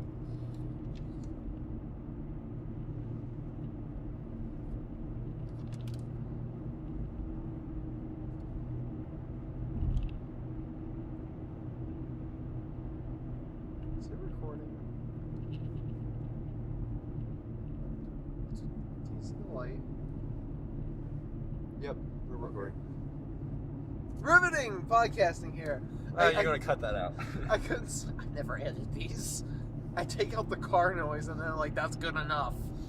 That can be included in the 30 seconds of silence. Alright. Well, more about this movie. Vice. Yeah, Vice. It was alright. Do you want to really delve into the whole movie? Yeah, we can a little bit. That's kind of a political discussion. Yeah. So this movie makes it very clear statement that it's basically pushing the entire Iraq War, Persian Gulf War onto Cheney and his scheming, and as well as the development of ISIS onto Cheney and his scheming. That's kind of the big political thing of this, as well as, corporate greed and them capitalizing on. I actually knew a little bit about some of this. There's a book I really recommend it if you get it. I listened to the audiobook. It was called Everything You Know About Politics But Don't. A nonpartisan guide to American politics. And for the most part, it does a good job of keeping it nonpartisan. It's just this is an issue, and here's the two sides, and it explains it, and it uses facts and it cites them. I need to check the facts throughout the whole book, because there was one area I knew the date for Columbine that they mentioned was wrong. So I gotta double check facts, but other than that, and it did talk about Halliburton, which Cheney was CEO of. It talked about Halliburton's role in military, private contracting, they were hired mercenaries, and stuff like that. And that was something that played a lot, because Cheney had been CEO of Halliburton. Yeah. And of course, that's been the biggest thought of the Iraq War, is it's convenient that we're making a lot of money off of oil, that's the big theory, is that we got in the war just for oil. But yeah, this movie makes it very clear. Same with that, because he owns that oil company. And there was something else I was trying to think of that the movie kind of pushed on. Oh yeah, Dick did 9/11. # Dick did 9/11. It does kind of, suggests, that's could have been a possibility. He didn't seem too surprised by it. 2, was talking to his lawyer immediately after it. See, to me, it didn't seem that he was behind 9/11. Or that he's just capitalizing off. Yeah, that's what I got. But saying. it made this with the editing, this cut from it's time to take Iraq, and then 9/11. I got it as in he wanted to take Iraq, and there was no cause. Yeah, 9/11. The movie is definitely not making the suggestion that Dick did 9/11, but it's hanging there. See, I never picked up on that. I just got he was just so ruthlessly. Well, I was immediately thinking of that because Bush did 9/11 is a big joke, and I looked over at you and said Bush did 9/11, and then I was like, Dick did 9/11. I just got it as he's ruthless and he's power and the orange Cheeto. And it did make him a little endearing with his family. That was one thing is it showed him if there's any positive light to Dick Cheney, it was up until the end. Yeah, up to the end. His family, he was very loving of his wife, his family, and that his he daughters. he didn't want to run for any office after he found out his daughter was gay, because he didn't want her to have to suffer because everyone would use her. And he looked out for until the end. Until the end, I guess we should talk about that. Liz Cheney, his daughter, was running for office in Wyoming, and she'd been dancing around the issue of gay marriage because hot button issue. Again, it went away for a while and then it came back. And she was to get the Republican seat, and she was campaigning, and the other Republican was like, "Gay marriage is bad. Why won't you say against it?" "I say it's bad." And she's like, "What do I do?" And they don't ever have him say what to do. But it shows the tea saucer or the end and how it could fall either way, and then it has it fall, and then he I think he nods. Yeah, he kind of did that, okay, nod. And then he starts reading his newspaper again, and it has her coming on the news saying that she thinks gay marriage is wrong. She's essentially screwing over her own sister.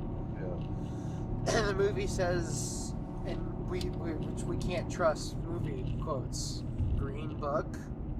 Yeah, the little titles at the end. Well, and then also At Eternity's Gate made it very definitive that he was murdered, in the ending thing too. Did it?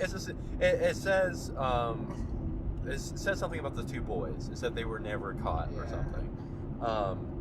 That one, but that is a theory though. That is a big theory, and there's actually some support behind it, actual forensic support too. Whereas Green Book is just completely off base. Vice, it's better than Green Book. Didn't he even have Bush not make a stance on gay marriage? Didn't they have that conversation of just don't? I think he was saying he personally. It's not gonna be a platform. Oh, okay. I think Bush did, but Bush was understand. Cheney was understand the party, but he wasn't going to go Mike Pencing around. Yeah. He wasn't going to say, I say, because a lot of vice presidents, they're just campaign mouths, And he's saying, I will not say something about gay marriage because of my daughter. Yeah. And there's a line, he says, that's a line in the concrete, and it is, cannot be changed. And I think that was also part of the thing with his daughter at the end, is they were saying how much he's degrading, his morality. Well, yeah, I think it was showing that was the one thing the movie used to humanize him and make you like him. And then in the end, they even take that away. Yeah. Because that's largely how it ends. Is what happens after that? So there's that whole heart transplant thing, and then it goes to her daughter crying. Yeah, but then that's not the ending though. There's more after that. It just goes into a bunch of footage. The interview where it's a very meta thing of him where he turns and looks at the direct. Well, I'm pretty sure it was supposed to be meta, he's directing to the audience, because that movie is very, very fourth wall breaking. Should we get to the credit scene? Yeah. There's a mid-credit scene. Thank you, Marvel. You're in the Oscars. Well, you're in the Oscars, literally, with Black Panther. Yeah. Oh, God. See, I don't mind if Black Panther was, like, completely serious all the way through. But, like, there's, like, you know, a part where a rhino stops and looks at a lady's face. And just... Anyways. There was a thing with a focus group throughout, and it kept, like, fourth wall. Well, there was one part it's like focus groups had like a because the movie would have text throughout on the screen and like who this is and what's going on and all this stuff. And like this woman led a lot of these focus groups that they used to change terms like climate change and estate tax and Death like tax. yeah, and change like who she was and like even mentioned a book. And they kind of misled them too, because they made it seem like, hey, we are going to say climate change now, when instead they changed it to they say global warming, because that was the big bad. Yeah. Well, they changed global warming to climate change because it sounded less scary. Yeah. Anyways, it goes back to that, and in this focus group, there was one guy who was like wearing a football jersey, Mr. America, like Mr. Make America Great Again, yeah, Trump America kind of guy, right? And at the end, they come back to the first group and he's like, whoa, there's something that's been bothering me this whole movie. That's what he says. He's like, it's all very liberal. And so the woman that's leading the focus group is like, okay, who else feels that way? And a handful of people raise their hands. And one guy's like, no, a lot of this is fact. These are facts. The guy's like, no, you're just a libtard. Actual thing he says. And then he's like, I'm a liberal because I like facts. And the other guy's like, you like Hillary. And he's like, Hillary. And he's like, Hillary's not the president. Your orange Cheeto is. Yeah. And then the football guy just starts punching the other guy. And that's how it ends. Yeah. What are your thoughts on that? Yeah. My thoughts are, yeah. Yeah, okay. That was a funny thing that I'm glad we saw. It didn't leave.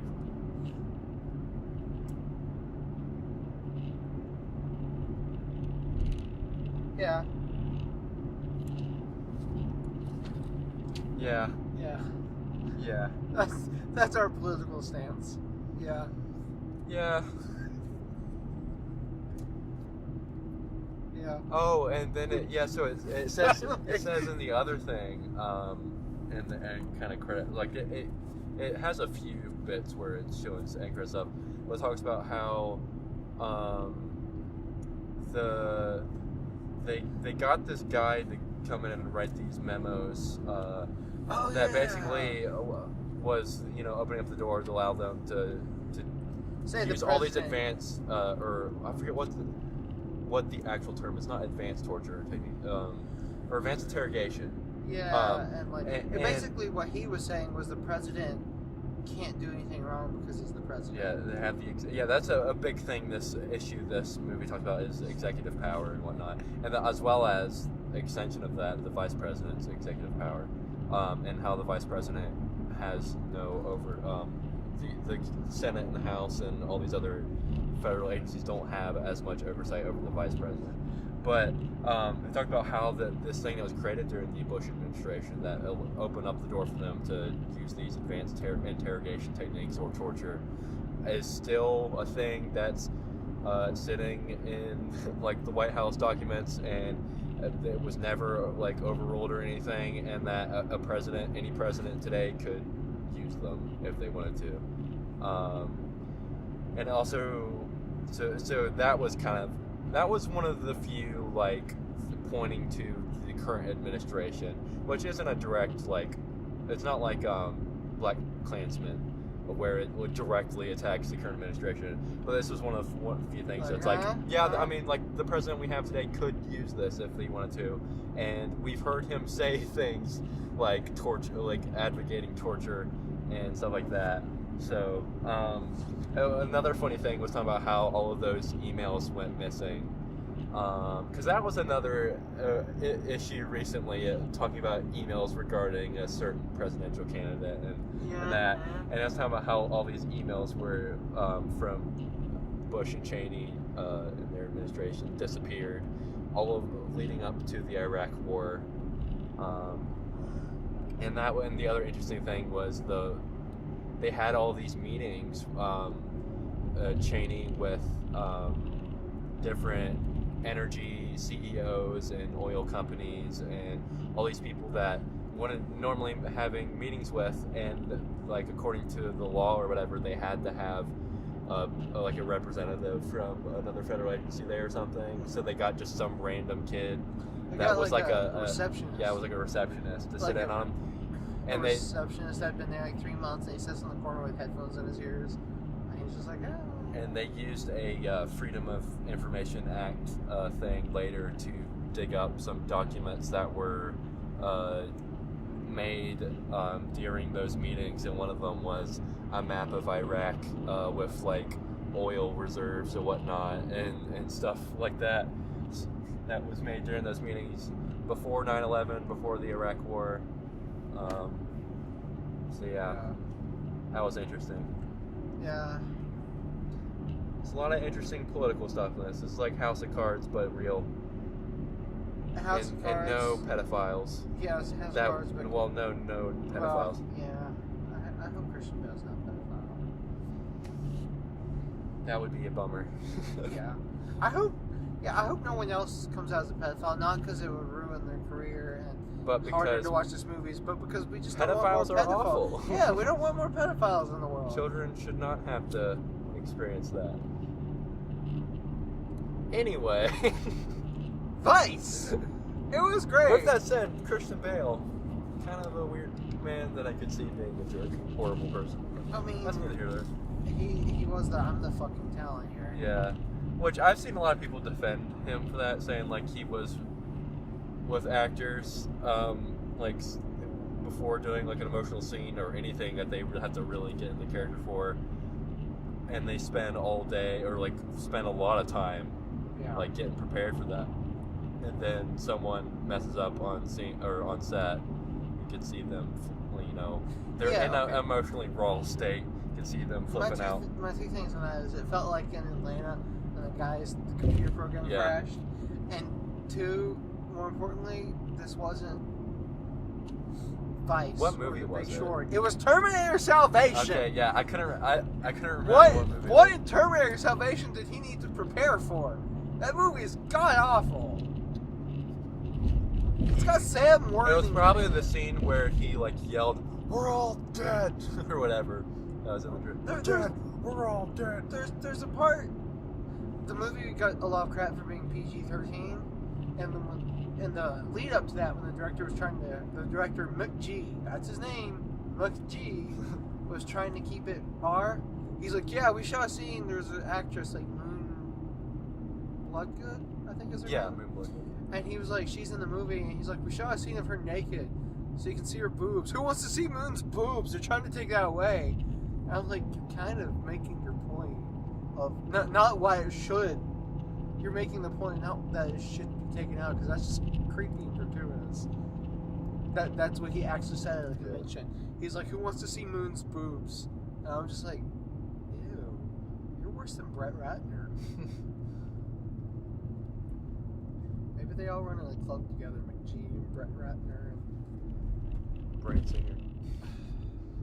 Oh man, it's crazy that freaking Peter Farrelly has a nomination for director. That he isn't? No, he is. He does have a nomination for best director. No, he doesn't. Doesn't he? No. Bryan Singer and Peter maybe, Farrelly. Oh, maybe. Yeah, no. For I'm getting confused with screenplay. Yeah, he's got screenplay, but he does not have director. Yeah. Well, it's Yorgos. There's at least that. It's Yorgos. Spike Lee. We'll have it in a second. Adam Mckay. We got Alfonso Cuarón. Oh, and the guy from Cold War. Alfonso. We got Yorgos, Adam Mckay. We got Pavel I can't pronounce his last name, even with me being able to see the letters. And right now I can't, so we're not going to try. Spike Lee. That's it. Yeah, Okay. I got it say, right.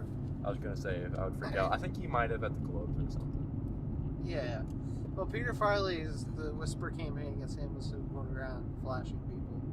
Well, I think the bigger thing for that movie is the fact that they lied and it's not historically accurate. They didn't consult Mahershala Ali's character's family at all. There's that. There's the Vigo thing.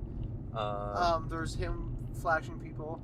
There's the other guy that helped write the movie retweeting Trump when Trump said that Muslims were cheering at 9/11. He's like, yeah, I saw it. And yeah, there's a lot with And that he was one.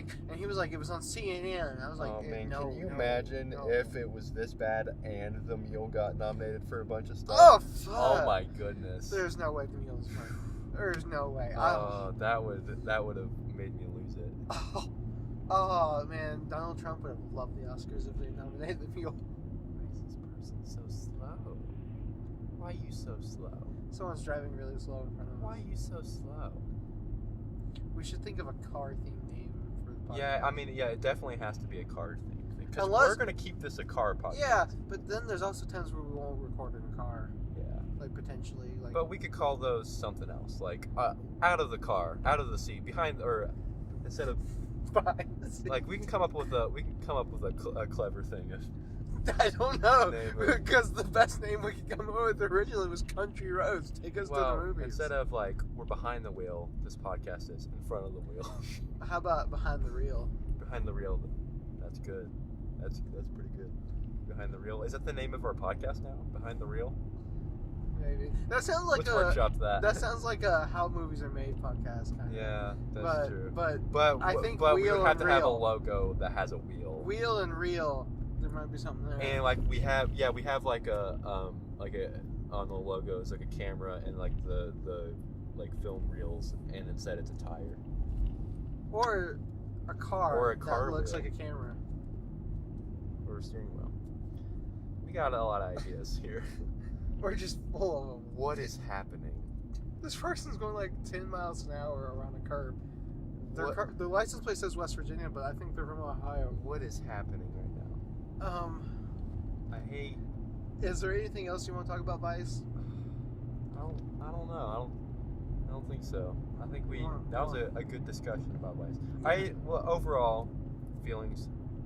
I enjoyed it. I mean, we'll score it. Christian right Bale was very good. Most of the performances, I mean, pretty much every performance. Was pretty Yeah, good. it was. Man, I actually really enjoy Tyler Perry as an actor when he's not directing himself, because I enjoyed him in this, and I enjoyed him a lot. He's in Gone Girl, and he's really funny. And Yeah, enjoyable I in didn't Gone even Girl. recognize him. Like, Tyler Perry is actually not a bad actor Yeah. when he's not directing himself. Tyler Perry, let other people direct you, and you Stop will. making movies, Tyler Perry. And you will. No, I'm encouraging you to make movies just with other people. No, just stop making movies, Tyler Perry. Oh, poor Tyler Perry. No, be an actor. Pursue. That's still making movies. No, I mean pursue. No, I'm saying literally him not make movies. Oh, not direct. be involved in other people's movies, but don't You can still produce. don't movies. write, direct, I'm okay with producing. star in your own movies. Yeah, no more Medea. Let's kill Medea. They are killing Medea. Hashtag kill Medea. They are killing Medea. Hashtag death to Medea. I mean, the next Medea movie, she dies. See what I did there? That was a good transition. Hashtag death to Medea. Now we're talking about Black Mirror. Death of a nation. Hated in the nation. So we talked about Okay. how I'm coming close to Catching up. to watching Black Mirror again, and like I kept saying like, hey, maybe I should do that. I finally did finish season 3. I watched Playtest, Men Against Fire, and then the last episode, which is like almost a movie. Yeah, Hated in the Nation. Playtest, not super crazy about. It was alright. I had a Bioshock reference I enjoyed. What about Hideo Kojima? The Hideo Kojima thing, that was kind of funny. The end, my biggest thing with that is like it has like 6 endings, and the actual one is the worst. It's Bandersnatch. Yeah. Men Against Fire, I really liked the concept of it. It was a little hokey in places, and like it was one of those things of like they didn't, they're not have a full movie budget for this one episode, so they couldn't really make this look that cool or interesting. But the concept of it was really good. Hate in the Nation, that was like a good episode of Sherlock, but Black Mirror. And like some really good performances, like they got some good actors in it too, like Benedict Wong, who's we've agreed has one of the best voices. I'm kind of surprised you just didn't start playing that quote again. Oh yeah, and then that's what you've been doing. And then the woman who is like the main character in it, the detective. She's Merida, right? She's Merida in Brave. She's done a lot of things. She was in No Country. I'm pretty sure she was in No Country for Old Men. She was the. The government's a cunt. Got a big Scottish accent. That's our verdict with Vice. That's okay. The government's a C word. We're not in the UK, so we can't say that. I think there's just a taboo there, isn't it? No, they're way more free with the C word. That's the big thing is, they're not that. Like. Do they hate? They're not that. They don't hate women as much as we do, though, right? I don't know. We have a big issue with that in America. Racism's not quite as bad there. They did away with slavery way before we did. Yeah. Did you see that they're interviewing that guy and he said he didn't want Mexicans coming to America because they don't respect women? I did not see that. And the interviewer said, "What's your shirt say?" And the guy reads it and it says, "Hillary sucks, but not as hard as Monica." Oh yeah. I remember that. Yeah. Okay. Anyways, Black Mirror. That show was really good. So after you catch up with season 4, are you gonna go back and finish the last of BoJack? Just get them both. Yeah, maybe.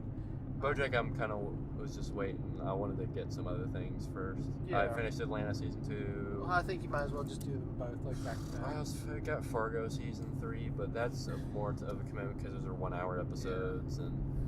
Black Mirror's a commitment. Yeah, but it's just 8 episodes in that season. My favorite episodes in season 4, the most popular one is USS Callister. My favorite is Archangel, maybe Hang the DJ, but there's an episode called Crocodile I also like. But a lot of people thought that was too Black Mirror-y. Like, it was just, you know how Black Mirror is so dark all the time? Yeah. They're like, this one's just trying to be as Black Mirror as it can be, because it's the darkest one. It's like The Dark Knight? The Dark Knight, it makes The Dark Knight look like frickin' Superman the movie. Crocodile is one of the most fucked up ones I've ever seen. Really? Yeah. Oh, is that the one that I've heard that's very violent and graphic? Kinda. Black Museum. That's the last episode? That one's really meta. I hate that one episode. It's very referential. Yeah. And I don't like things that are constantly referencing itself and be like, hey, see? This is Uncle Owen from Star Wars. Like, okay, yeah, I just don't like referential things. That's just me. I really like Hang the DJ. It's kind of in the realm of San Junipero. Like that type of episode. Less horrible. Yeah. Almost positive look at technology. Yeah. I really, really, really enjoyed it. Matter of fact, I might go watch it again. But that's just me. I've heard it's good. Archangel might be my favorite one. It's kind of messed up. It's the USS Callister one. Is that one? That's the most popular one. Is it good though? Yeah, it's good. I think it's good. I just don't like it as much as everybody else seems to. But I think that's the first one. Is it USS Callister? Yeah. I just said McAllister, as in Kevin McAllister. Did you see where Macaulay Culkin changed his name? No. You want to know what he changed his name to? What? He held a poll to decide people's names. Bodie McBoatface? Is that one of the options was his brother's name, Kieran. Yeah. But his name, he's having it legally changed to Macaulay Culkin. He's been doing the rounds because he was on Angry Video Game Nerd, and he was on Red Letter Media's Best of the Worst, where they watched the first he was on talk shows too. First bad movie I ever saw, Quigley. But probably not the first bad movie. It was the first one I knew it was bad. Because when I was a kid, I didn't have good judgment. Yeah. None of us did. No kid did. Tulsa would have liked Bohemian Rhapsody. I definitely would have liked. I probably would have liked Green Book. You probably would have liked Green Book when you were like 12. I'm afraid to show my family or have my family watch Green Book, and then they're like, "Oh, I like that." You should show your brother. just Your, like never. your, just your never. brother seems a little more. Oh no, he critical. wouldn't like it probably. Yeah. Have you shown your he brother? would never watch it though. I mean, watch it with him so you can have someone else. No, make him watch The Mule. I'm trying to get him to watch First Reformed still. Yeah. That's kind of the thing. Like we say we're gonna do sometimes, we never do have. Yeah, that's the big one. Eternity's gay. Yeah, well, yeah, I'm gonna watch that hopefully the day it comes out if I have time. I think I will, because I'm gonna need to take a mental health day. Because I said I have a major project due that day. I have to draw 75 thumbnails for a logo. Come up with really and like another thing to mention, I'm not good at drawing. I'm bad at drawing, very bad at drawing. That's why neither one of us are good at drawing. And usually my thumbnails for things like that are very simplistic and stick figures or things to represent what it'll actually be once I can do it in Photoshop or Illustrator or whatever. These thumbnails I can't. Like, they have to be good. Yeah. And 75 of them. This is why we have no images for the podcast, because we both are not good at that. I mean, I can do stuff. I can do stuff on the computer. Yeah. I can't draw on a computer. We need to make like a banner and a picture for the podcast. I can do shapes. I can mess with things. I just can't draw. We need to reinvent it. We'll come up with a banner, a new name, then a banner, and a new year, new us. A banner. We're a little late on that. A banner, like a profile picture image, so if I can get it on Spotify, I'll have that image there. Because that's my next goal, is to get it on Spotify. We also never mentioned that this is our big game Sunday. Sports ball. Make sure you don't say the actual thing. That's a big joke. I mean, it's a joke, but it's also entirely serious. Like, you can't say the big. You can't say what the actual name of the big game is on anything that makes money. Which we don't make money, so it'd be fine to say the. It's like, don't say the beep. It's like, so you don't say the thing with the mouse. Mm-hmm. Yeah. Yeah, you can't say that. Yeah, because he'll get you. Yeah. This is going to be. The government's a cunt. One more time. Okay. This is going to be me tomorrow after the sports game. To all my coworkers, the big talking game about it. When all my coworkers start talking about like the big game.